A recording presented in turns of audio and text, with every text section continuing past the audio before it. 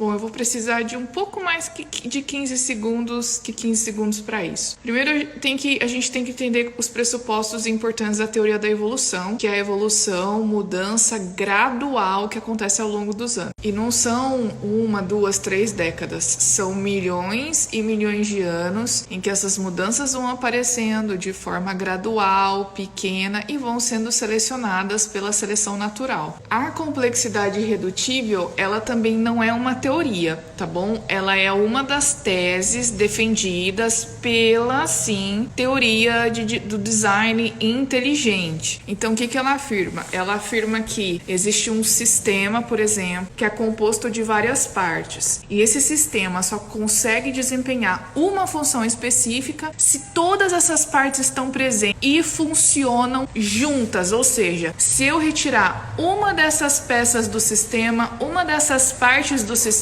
ele não funciona mais. Por isso ele é irredutivelmente complexo.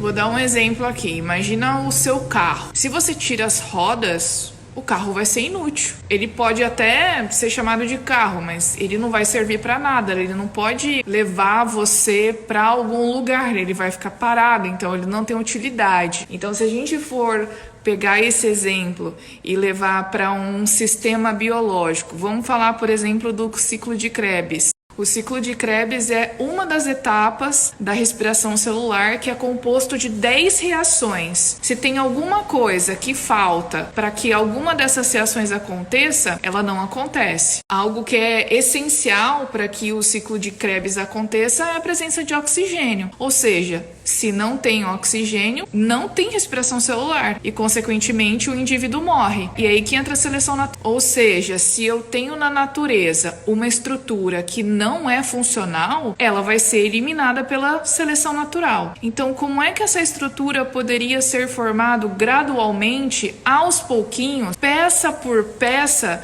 se essas peças não funcionam? Elas só funcionam se elas estão dentro de um sistema. Então, eles seriam eliminados pela seleção natural, não chegariam à fase de funcionar todas juntas e seriam eliminados. E aí um grande exemplo da complexidade irredutível também, que o Michael Behe, que foi o que propôs essa tese, né, é a ratoeira. Se eu tiro qualquer uma das partes da ratoeira, ela não funciona e ela não mata o rato. Se ela não funciona, ela é inútil. Por que eu vou usá-la? Não serve para nada. Então a seleção natural elimina. Então, se a evolução é algo gradual, do mais simples para o complexo, essas estruturas que não têm função seriam eliminadas. Então elas não poderiam formar, por exemplo, sistemas complexos como o famoso flagelo da bactéria, né, que tem um motorzinho molecular com várias proteínas, e se não tem proteína, e se não tem uma das proteínas, ele não funciona. Espero que tenha ficado claro. Agora, essa tese, né, ela foi refutada? Com certeza ela foi refutada.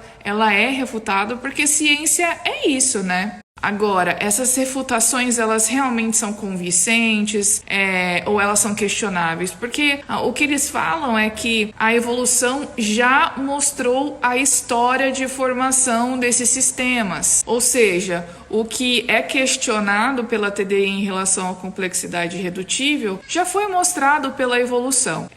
Quando alguém fala isso, o que eu sugiro é você perguntar de que forma que a evolução mostrou isso. De que forma a teoria da evolução explica o surgimento dessas estruturas irredutivelmente complexas. E você vai ver que toda essa explicação são baseados em pressupostos que a gente não consegue provar.